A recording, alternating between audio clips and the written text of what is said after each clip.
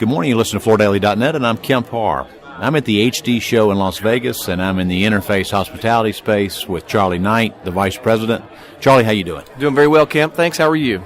Good. Gorgeous space here. I walked the show yesterday and ran into David Oakey, so I know you've got one of your key designers here who's always on the hunt for the next look.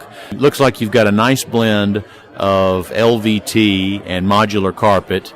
Tell us how that battle's going right now. You know, for us, it's going really well. We're finding that getting into the resilient business has kind of been a catalyst for us to grow both our modular carpet and the resilient business, so it's been great. Our integrated system of, modular resilient flooring and also modular carpet has proven to be a great marriage that solves a lot of key problems for customers. And for that, we're finding kind of new customers and new places to play. Yeah, let's talk about this word you just used, system, because we're standing here in your space, and I'm seeing what some people would call the frame of a room in a wood look, and then seeing modular carpet in the middle, and it's actually kind of a high-low. It's really pretty because it looks like it's got an area rug. Very keenly, what you've done here is replace what some properties are doing, which is putting down two floors, right? That's right. We like to call it redundant flooring. A lot of times I'll ask an asset owner why they're covering their floor twice. It's not required, it's not necessary, and so we can hopefully give them a really elevated aesthetic. We can solve a lot of the noise problems they have by having the LVT and a textile in the room, but we can do it without covering the floor twice. Most people who know Interface know that you're not the cheapest player in town, and we're in a sector of the business that likes to buy on price, and you were telling me a minute ago you're taking market share, so how's that work?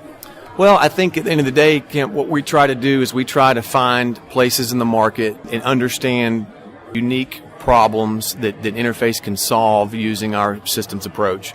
And when we do that, and we do that well, we'll generally create a really elegant, simple solution that brings value to a customer that's worth paying for. And we have, I think, Interface has a legacy of doing that for customers, and I think in this particular space and vertical, it's no different.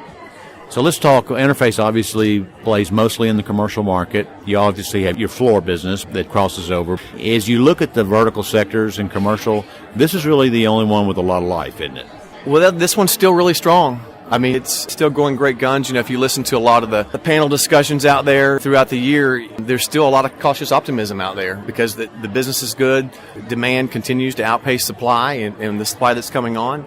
So, while I think there are those who kind of look out there in the future and are looking for the shoe to drop a little bit, right now, the environment is very positive. So tell us, when people come into the show, what are you talking to them about this year? We're just talking about the custom capability that Interface Hospitality has, the ability to receive a customer's inspiration, understand their palate, understand what they're trying to accomplish in a space, how they're trying to relate that to a hotel guest and what they want the hotel guest to interact with, and then how our custom process can help them see their vision fully realized.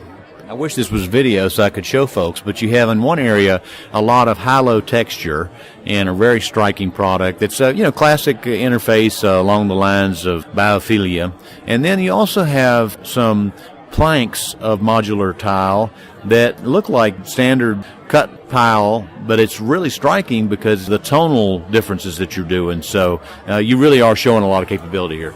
We are. One of the things that we're trying to do is demonstrate some versatility, and with this plank product that's really almost a shag texture, I think it's a really, really modern take on a kind of a quasi-residential look and feel, which, as you know, a lot of folks in the lodging industry are trying to accomplish and aspire to. And so I think what we're demonstrating in this booth are a handful of different aesthetics. The conversation we're having is we're demonstrating how we have, again, received that inspiration from a specifier and helped them go through our process to see their vision realized. And in doing so, what we've demonstrated is a handful of very, very different aesthetics, a handful of very different looks on the floor, realized through the same process.